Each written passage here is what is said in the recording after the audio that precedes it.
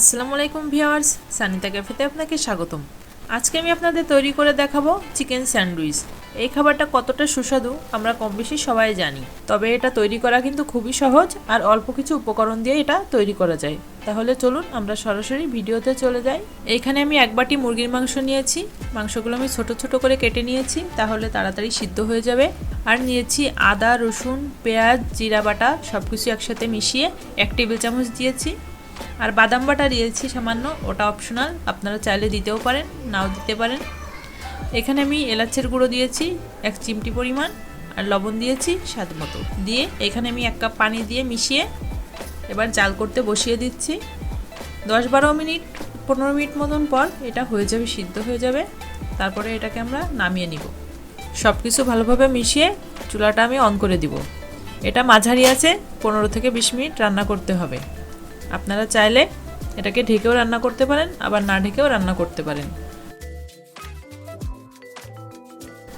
এই যে এগুলো আমার প্রায় রান্না হয়ে যাচ্ছে। শেষের দিকে একটু নেড়েচেড়ে দিতে হবে, না হয় তলায় লেগে যেতে পারে। এটাকে যে আমি নেড়েচেড়ে রান্না করে নিচ্ছি। আমার রান্না হয়ে গিয়েছে। এবার এটা আমি চুলা থেকে নামিয়ে নিব। আমি একটা বাটিতে ঢেলে নিচ্ছি। বাটিতে ঢেলে এটাকে ঠান্ডা করার জন্য রেখে দিব। আর এটা ঠান্ডা হতে হতে আমি আমার পাউরুটিগুলো রেডি করে নিব। স্যান্ডউইচ তৈরির জন্য রুটিগুলো আমি রেডি করে নিচ্ছি। রুটির সাইডের পোড়া পোড়া লাল অংশগুলো, শক্ত অংশটা আমি কেটে নিচ্ছি। এটা কেটে আমি রেখে দিচ্ছি সাইডে।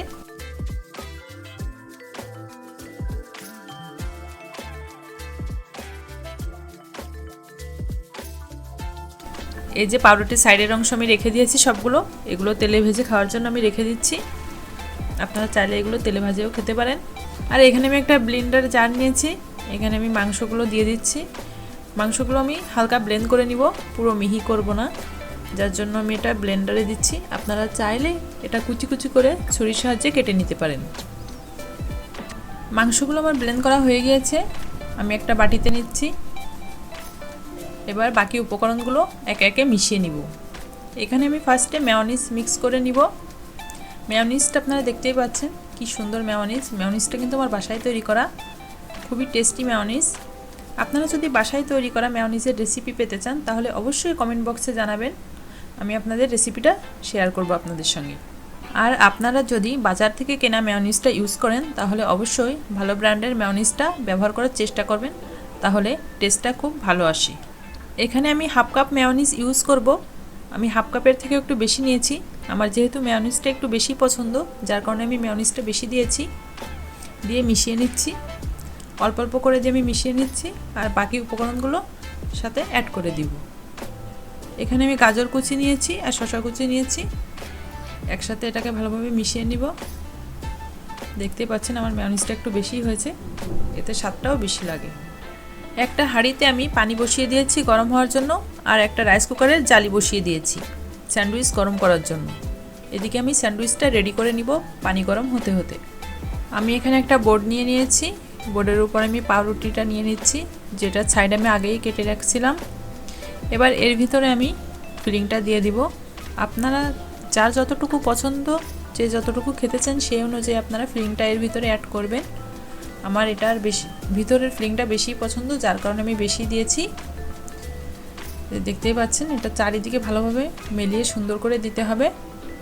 তারপরে এর উপর আমি আরেকটা রুটি দিয়ে দিব, দিয়ে খুব সুন্দর করে স্যান্ডউইচের শেপে আমি ছুরি দিয়ে এটাকে কেটে নিব। আমার ভিডিওটি যদি আপনার ভালো লেগে থাকে তাহলে অবশ্যই একটি লাইক দিবেন এবং আপনার মূল্যবান মতামতটি কমেন্ট বক্সে শেয়ার করবেন। আর এমন সব মজার মজার রেসিপি পেতে আমার চ্যানেলটি অবশ্যই সাবস্ক্রাইব করে রাখবেন। আপনারা দেখতেই পাচ্ছেন একে একে আমার স্যান্ডউইচগুলো সব তৈরি করা হয়ে গিয়েছে। এবার এগুলোকে আমি চুলায় গরম করার জন্য নিয়ে যাব। আগে থেকে আমি চুলায় পানি গরম বসিয়ে রাখছিলাম। এবার আমি এগুলো চুলার উপরে বসিয়ে দিব।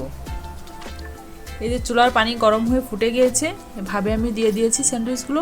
অনলি 1 থেকে 2 মিনিট রাখলেই এটা গরম হয়ে যাবে।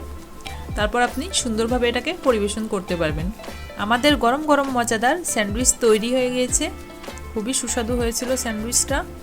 আমার রেসিপি ফলো করে যদি আপনি স্যান্ডউইচ তৈরি করেন তাহলে অবশ্যই অনেক মজা হবে। আপনাদের সাথে আমার আবার দেখা হবে পরবর্তী ভিডিওতে। ততক্ষণ পর্যন্ত আপনারা সবাই ভালো থাকবেন, সুস্থ থাকবেন।